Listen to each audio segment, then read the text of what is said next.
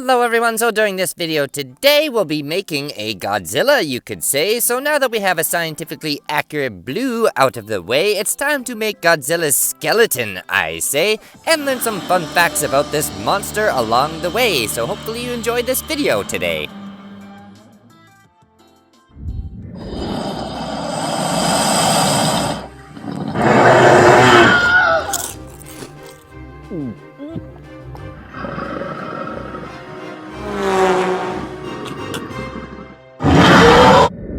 On this kaiju-sized project today, we'll be using aluminum wire, I say, to make the base frame today, as well as some oven-baked clay to make the bones to help everything just kind of, well, stay. As well as some tinfoil, you might say, to keep the weight down because, well, that might be a big problem for this massive clay doll, I say. But given Gojira's upright posture, you might say, this doll ended up actually being fairly well balanced out, I say. At least in comparison to some of my other theropod projects, one might say, because yeah, that's usually a big problem. I hate how they weigh so much at the front and very little at the back. But let's not get too sidetracked today by theropod posture, I say. Because as I sculpt away on this Gojira-sized project today, we'll be learning some fun facts about this monster, you could say. Godzilla has been around for a long time, and here are some interesting facts about the king of the monsters you might not know about. Now, first off, Gojira. Did you say gorilla whale? Even if you're not a fan of the movies or the monster himself, pretty much everyone knows what you mean when you utter the words Godzilla. But do you know what the name really means? Well, Godzilla is the name that became synonymous with the monster, but his original name, in the name of the good people of Japan, call him Gojira.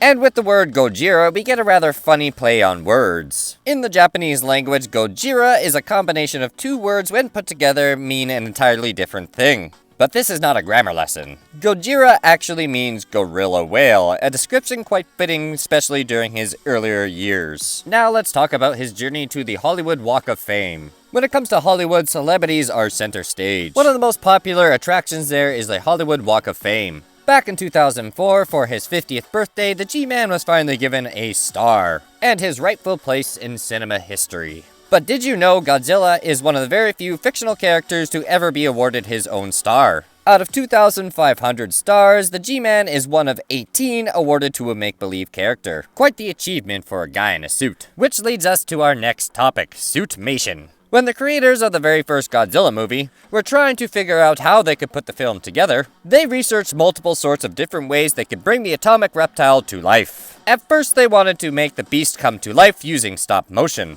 The same technique Godzilla's rival, King Kong, had in his first movie nearly 20 years prior. In the end, the crew came to the realization that stop motion in the fashion of King Kong was, well, too expensive and difficult for this small Japanese studio. This led to the decision to create elaborate suits that an actor could wear, and the rest is beautiful cinema history. Now, with all that said, I must admit I am actually quite excited to actually bring Godzilla to life in the future using the art of stop motion, because, well, obviously that was his intended purpose, and I feel kind of honored that I'll be able to, well, get to do that with this 1954 Godzilla character. And personally, given his character design of rather large, stompy feet and using his tail as support, he is honestly probably a very well balanced out stop motion character, and it's kind of a shame that they honestly weren't able to actually do that. But Godzilla wasn't always going to be, well, a giant reptile, and we'll talk about that later on. But speaking of giant reptiles, we're now going to move on to a subject that I'm quite familiar with, dinosaurs. In this case, we're talking about a Frankenstein. Now, it's a little obvious that Godzilla's look was inspired by dinosaurs. But do you know which ones exactly? The first few dinosaur influences are really easy to predict. Go ahead, pause, take a few guesses. I bet you won't get the third one.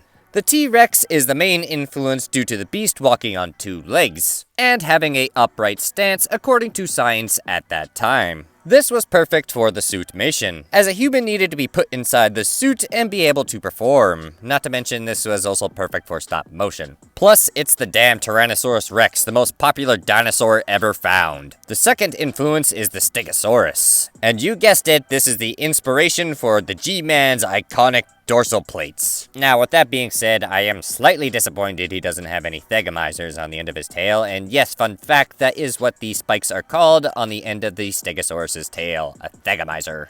And lastly, the most hard to recognize is an iguanodon. And that was used to inspire the design of Godzilla's arms. Now, with that being said, where's the thumb spike? Because, well, act dumb, get the thumb. Why not? Like, really? There's many weapon opportunities that they kind of missed here as far as I'm concerned, and personally has inspired me to perhaps make a unedited version of Godzilla someday. Either way, even with the missed opportunities aside, it is still some pretty cool stuff. Now, let's talk sound. Because when it comes to Godzilla, I think it's safe to say he has among the most iconic roars in film history. So when it comes to creating among the most iconic sounds in film history, it had to have been done using million-dollar equipment and a huge team, right? How's about more like a couple of guys, an old double bass instrument, and a leather glove? The roar of Godzilla was created by sliding a leather glove down the loosened strings of a double bass. Now, personally, I didn't know this at the beginning, and I found this fact quite interesting, but at the same time, not all that surprising because, well, you would be surprised on how many iconic movie sounds are created using very simple techniques, such as a wet rag, or even just using some, well, celery to sound like breaking bones. Now, haters are gonna hate. Now, this is a controversial subject for the fans of Godzilla, but more or less, it's worth talking about and being civil. You might not appreciate 1998 Godzilla, but the movie, as far as Godzilla films goes, brought in the most money in the box office when you take inflation into account. This doesn't mean the movie made the most profit, but in its theatrical run, more people went to see it than any other Godzilla movie. Even more than Godzilla 2014. Back in 1998, Godzilla pulled in $376 million worldwide. Now, adjusting for inflation, that roughly translates to $600 million EST. Godzilla 2014, the second best box office run for a Godzilla movie, comes to $580 million, about $20 to $30 million less. Even when you take the 7 years of inflation into account after that film's release. Either way, I think it's safe to say these are kaiju-sized numbers. Hate it or love it, Godzilla 1998, the movie, was seen by many eyes and created tons of new fans for the character. So this controversial topic brings us to, well, our next topic. Everyone loves a critic, right? So back in the day before YouTube critics, people had to actually take their movie-going advice from so-called professional movie watchers. Oh, damn, that sounds like a job I want. The most famous of these were, of course, Siskel and Ebert. The two had created a popular television show and had become the world's leading movie critics. If you wanted to know how good or bad a movie was going to be, back then you likely listened to these guys. But not everyone was a fan of their sometimes harsh critiques. But especially Emmerich, the director from Godzilla 1998. He had gone through a couple of harsh reviews by these two. And well, I think it's safe to say it kinda aggravated the hell out of him. So for Godzilla 1998, he added a couple characters who were mockeries of the movie reviewers. Mayor Ebert and his butt-kicking assistant Gene, literally giving these obnoxious and annoying characters the names of his enemies. Gene is Siskel's first name, and Mayor Ebert literally has the same last name as Roger Ebert. Even the characters look damn near the same as their real-life counterparts. It's honestly quite funny. And personally, I get quite a kick out of knowing this because even I'm guilty as charged of doing some of that in my earlier animations to people that I particularly didn't like. So yeah, quite funny. And yeah, I guess you could say great minds think alike. So my hat goes off to you, good sir, because yeah, well, you mess with the people that are creative, you will probably be immortalized in ways you probably aren't going to be a fan of. Now, speaking of things people probably aren't a fan of, well, Godzilla wasn't almost a giant reptile. He was almost Godzilla-puss. Godzilla was almost a lot different looking, like completely different looking. Before we had the iconic design of the monster, before the movie was even made, and before it was even green-lighted into production, Tomiyuki Tanaka, one of the original creature designers of the monster, wanted his beast to be a giant octopus. Yeah, Godzilla was almost Godzilla-puss. An octopus design was discussed as a tribute to the classic tales of the Kraken that would attack sailors. But luckily, this idea was scrapped in order to better fit their monster for a human actor to play the creature inside a suit. Thus, Godzilla was born. Now, He can talk? Godzilla roars, groans, barks, and growls. But did you know Godzilla talked once before? Back in the movie Godzilla vs. Gigan. Godzilla and his best bud, Anguirus, actually had a conversation when they pick up a disturbing signal from alien invaders. In the original Japanese version, speech bubbles were used to show the communication between the two monsters. But once the Americans got their hands on it, things got super weird. I like the idea of monsters communicating, but personally, it was not very well done. I will provide a link in the description for those of you who want to see this, well, rather strange adaptation of these monsters talking.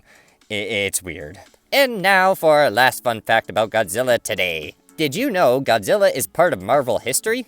You know about Godzilla and you know about Marvel. But it's a lesser known fact that Godzilla was once part of this universe. Back in the late 1970s, Godzilla had a massive 24-issue run in a comic series in the Marvel Universe. For 2 years, Godzilla fought alongside the Avengers and other sorts of Marvel characters. After an epic battle with Thor, where the two were practically at a stalemate, Godzilla was eventually chased back out to sea, and his time at Marvel was done.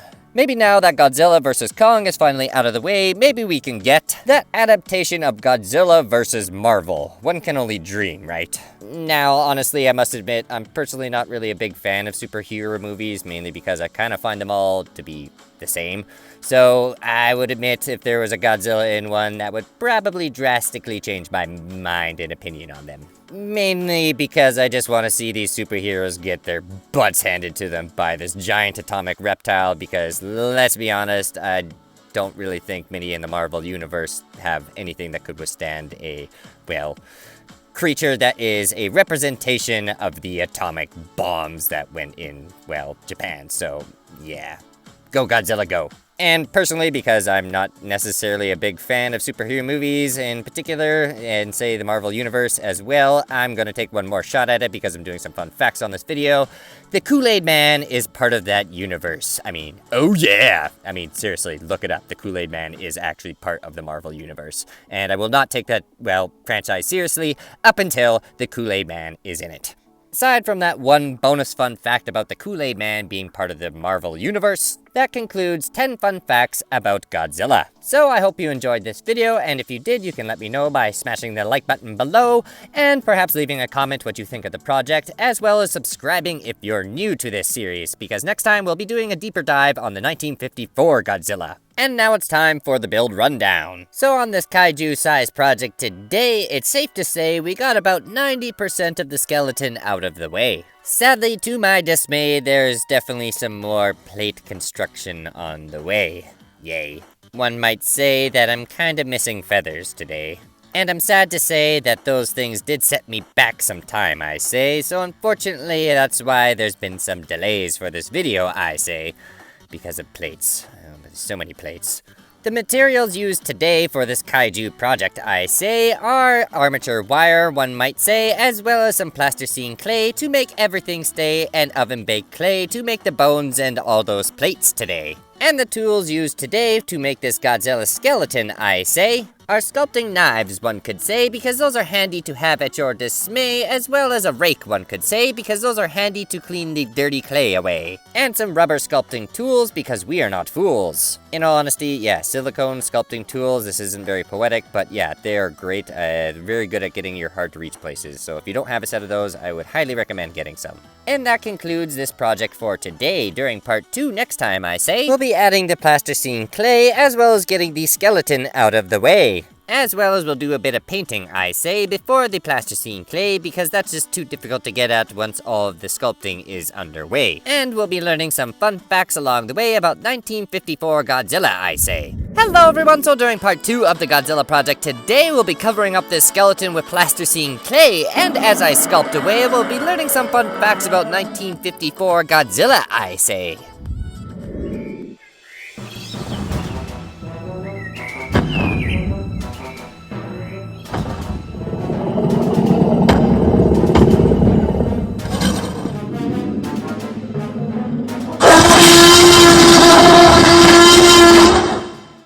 So to start this video off today, we still have a bit of work left on the skeleton, you could say, where we need to make sure that these back plates are going to actually stay. So we'll be painstakingly gluing them in place, I say, one by one today, and then once that is done, I say, we'll be moving on to, well, some oven-baked clay to sculpt around the edges to make sure it will, in fact, stay. But once we get all the plates in place today, then we'll be on to the plasticine clay, where I'll be sculpting away on different various layers of clay, you might say. We start off with a thin layer of clay, and then we build up to, well, heading to the gym with Godzilla, you could say. But I think it's safe to say none of my dinosaurs will be spotting him that day. So apart from the agenda on this video today, as I sculpt away on Godzilla today, we'll be discussing 1954 Godzilla, you could say, and unfortunately, things tend to get a little dark, I say.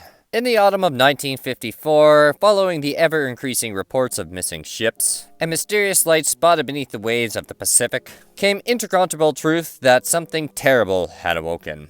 And for millennia, it lay dormant, one of the last survivors of a time when the Earth was still young, and monstrous creatures that fed on the radiation of a newborn world.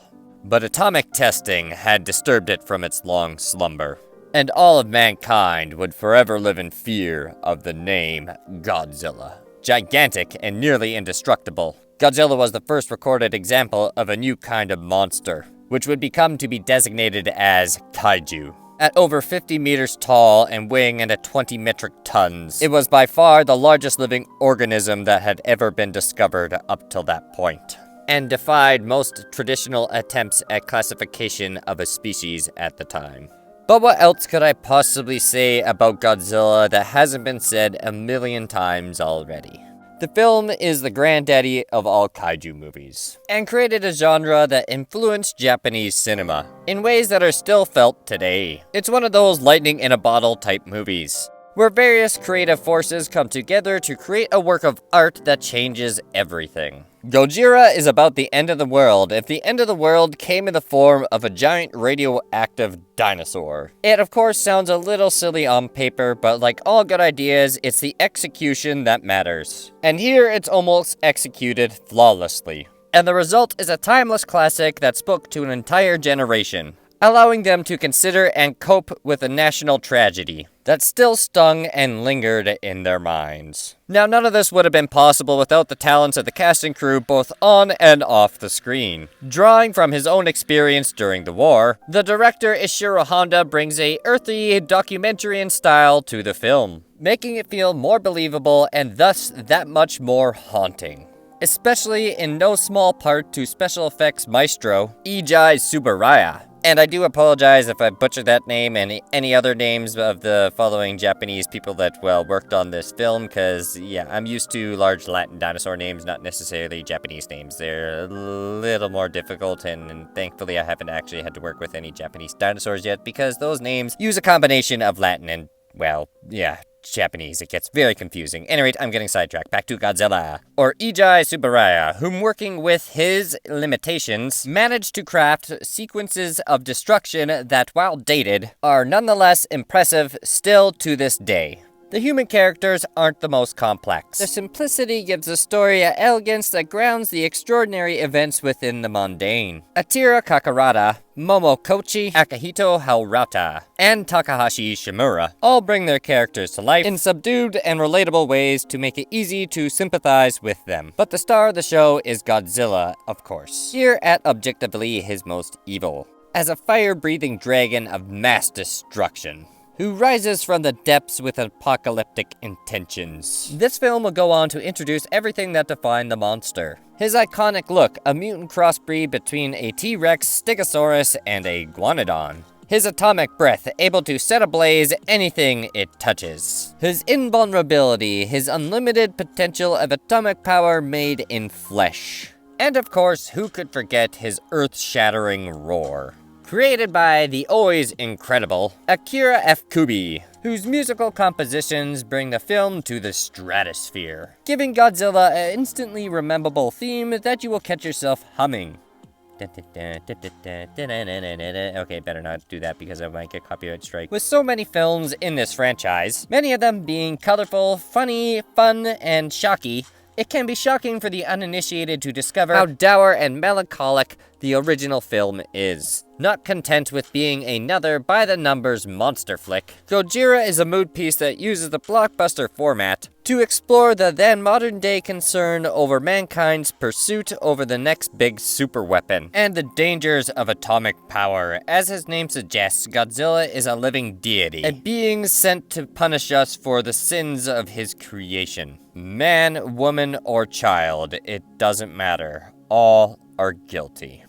So the film doesn't end with the beast dead, the city saved, and our hero victorious. While Godzilla does die, his death casts a dark shadow over humanity.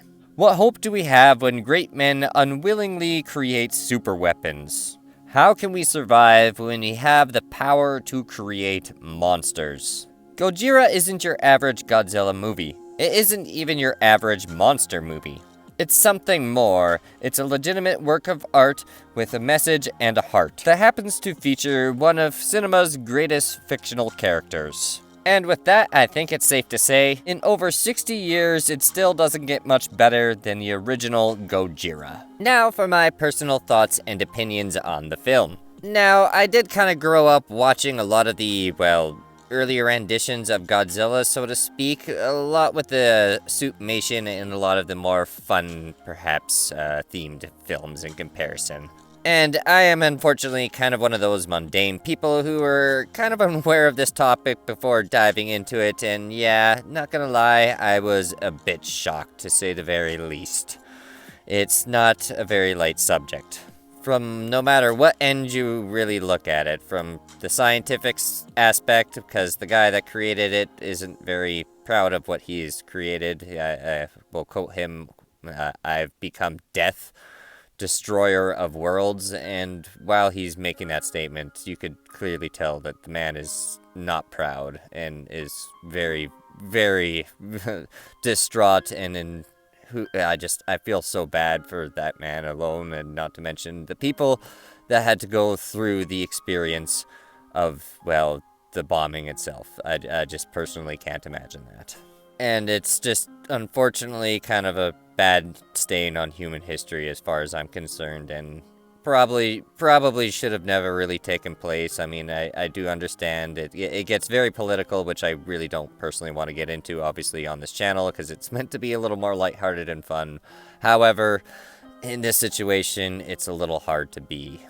I mean, the one positive situation about this is that it did create one of cinema's honestly greatest characters and most iconic monsters that has, ever been around in the film industry and is still in films to this day. And personally, I really love Godzilla. He's really cool, and it's a little sad knowing that his origin, it comes from essentially the death of over 200,000 people. Now, that being said, I know my channel's kind of renowned for being a little bit silly on the animation department, perhaps renowned for being, dragon farts and dinosaur farts, and I was originally going to be doing some Fartzilla animations, but out of respect to the situation that this character represents, I will not be doing that with this 1954 edition of Godzilla, essentially. I just don't feel that it's kind of immoral. I will take that a little bit more seriously, and yeah, perhaps I will make another Godzilla in the future, and I won't have a problem making a fart cartoon out of that one. However, not the original. That just doesn't seem very respectable. That being said, definitely means I have my work cut out for me when it comes to storyboarding for this character. However, I will be doing some probably test animations with, him shortly after this creation. So there's that to look forward to, and I won't be making that stuff dark. I'll be having a little bit more fun and essentially just focus on making the character look as cool as possible. And I must also mention, upon doing research for this, video, upon finding out Godzilla's original intentions as well, gives me a whole new respect for this character, in all honesty, as well as for the newer films such as Shinzilla, because, that's essentially where he's represented correctly. He's a message for the humans and a warning. Now, I believe I said this was going to be fun facts, and unfortunately I don't think they were very much fun. But now it's time for the build rundown. So on this kaiju-sized project today, we got most of the sculpting out of the way, I'm proud to say. Where the only evidence left of that skeleton today are those back fins, I say. And oh my god, I am glad those are, well, actually almost over with.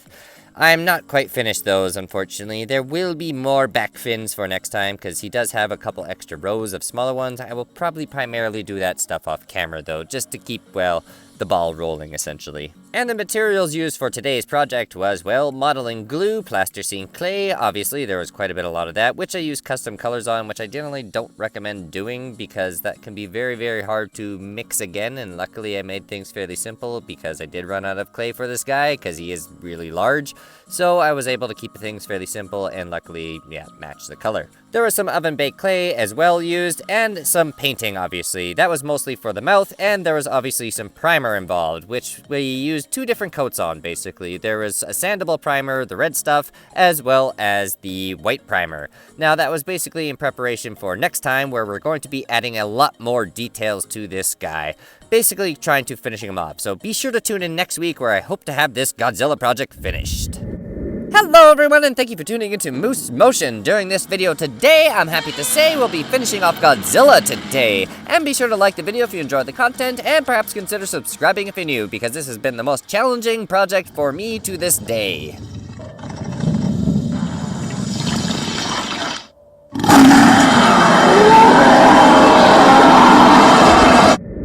So to start off this Godzilla project today, we'll be painting these spikes, one could say. Now, I do say these spikes were definitely the most challenging part of this project, I say, because I think I totally spent over a week on them, one could say. Not to mention the fact that there's 100 spikes on that back, which is really whack, because, wow, I lost a lot of sleep over that. But once the back spikes are all done, then it's on to some more sculpting fun, where one could say Godzilla will be getting thick today.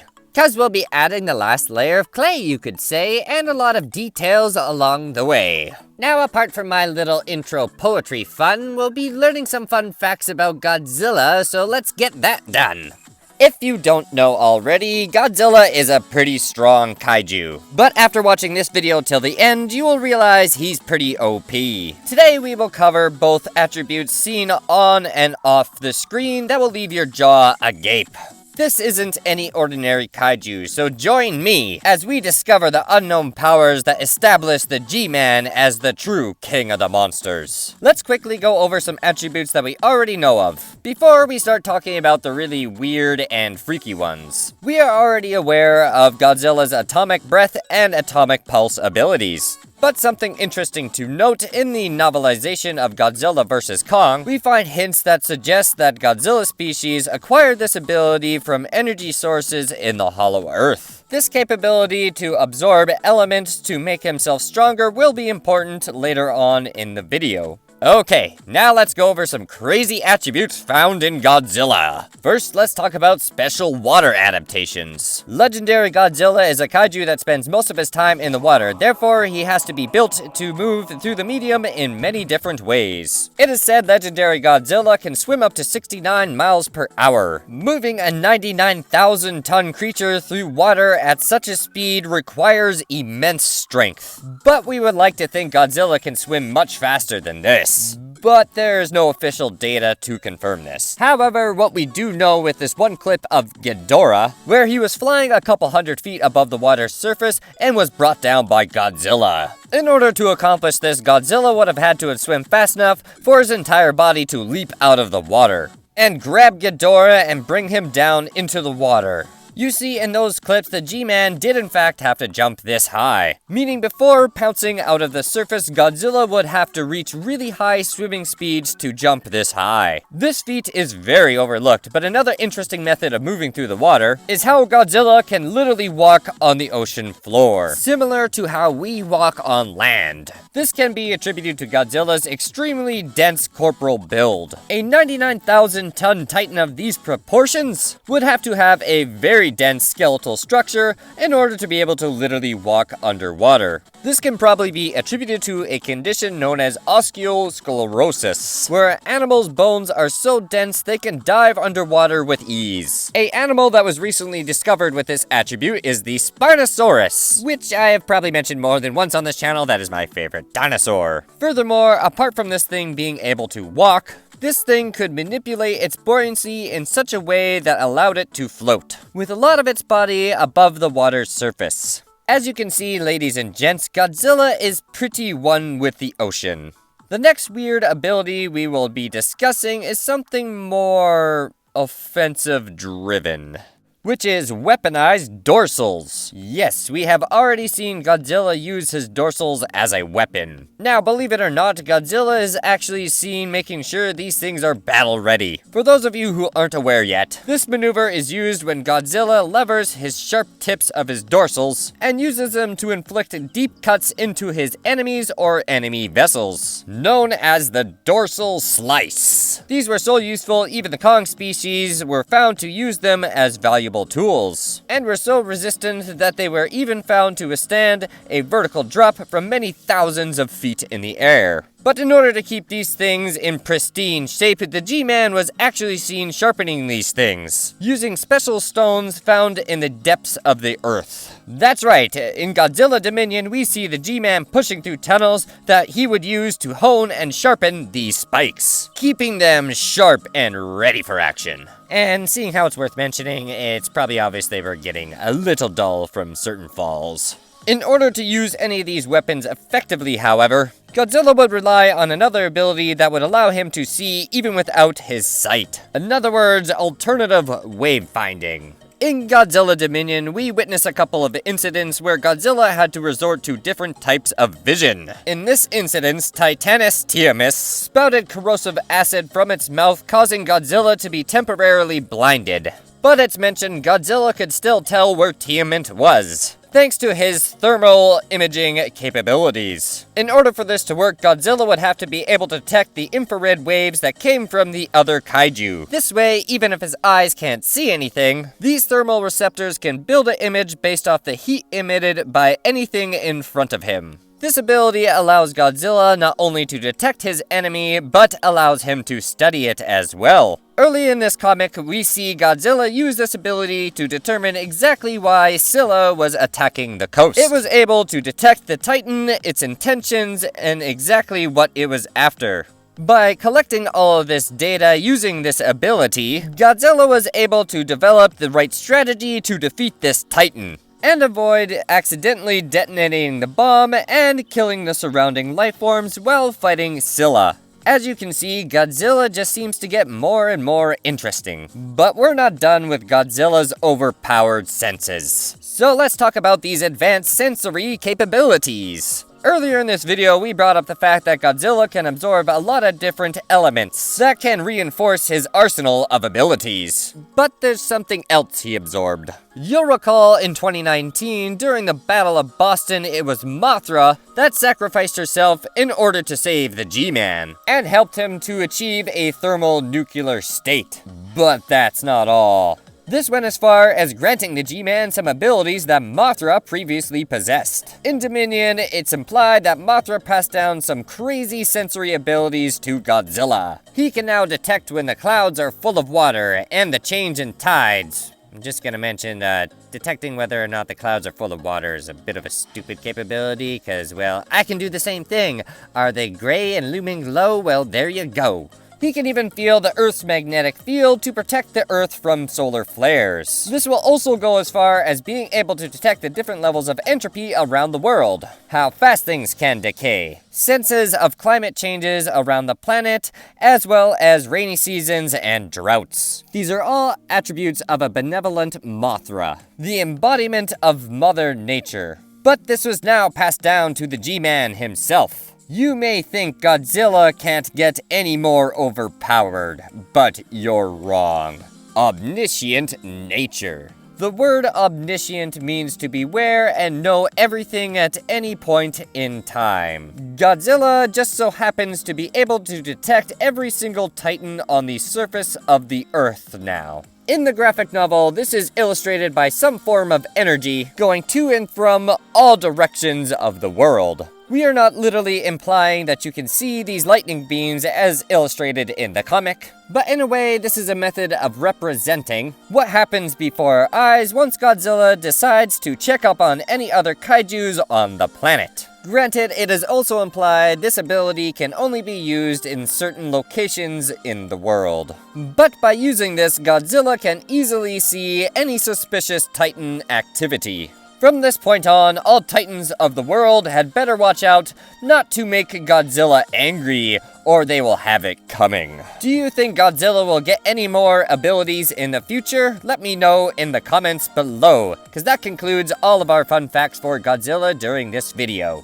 Now, speaking of comments, I'm going to be addressing some here and new powers of Godzilla as well from the last video in particular. And for those of you who, well, perhaps just tuning in and or unaware of the whole situation, basically Godzilla has a, well, history that I was kind of unfortunately a little unaware of. I was aware that he had some association with atomic testing, but not to the extent that he's portrayed as. Like, wow, oh boy. So basically, during part 2, I went over the history of 1954 Godzilla, which is the one that I'm basically basing this sculpture off of. And for obviously my regular viewers, yes, I'm renowned for doing fart cartoons, but for those of you who perhaps are new, this is, well, yeah, new information to you. I am fairly renowned, apparently, for doing dinosaur and dragon fart cartoons now on YouTube. So, I came up with the idea that it would be fairly humorous to have Godzilla with a new power, basically, known as the Atomic Fart Blast, because, well, I just figured that was way too funny to pass up, but given the fact that his history is a direct, representation of the atom bomb, I was kind of going, oh boy, maybe hit the brakes on this might be a bad idea. However, my viewers weren't so happy, to say the very least. Hello, don't be afraid. I am the cure. No.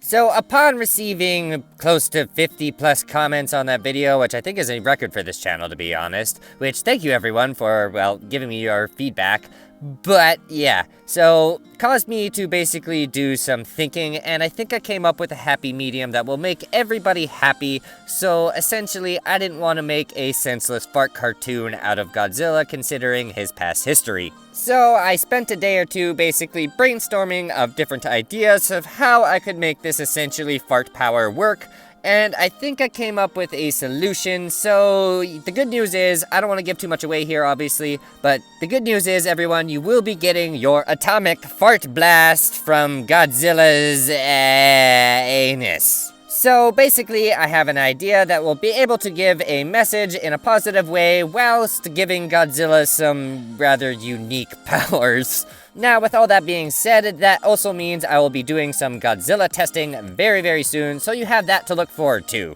Now, a quick overview of this project as a whole. Considering this video is now about to wrap up, I just have to say, oh my Godzilla.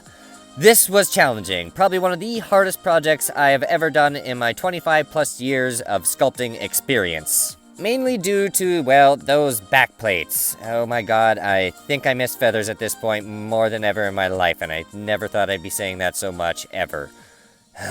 So, just to put the backplates into perspective, I probably spent well over a week in total just working on those, not to mention every other detail and aspect of the sculpture. So, yeah, this was difficult, and I lost a lot of sleep over this project, to be very honest, and I normally don't ask this much, but please, please, please be sure to like the video if you enjoyed the content, because yeah, this was not easy, and for any of you who are trying to make your own Godzilla, good luck. It's not exactly easy. I've come across quite a few new content creators that like to make Godzillas, and wow, hat off goes to you guys. This is a challenge.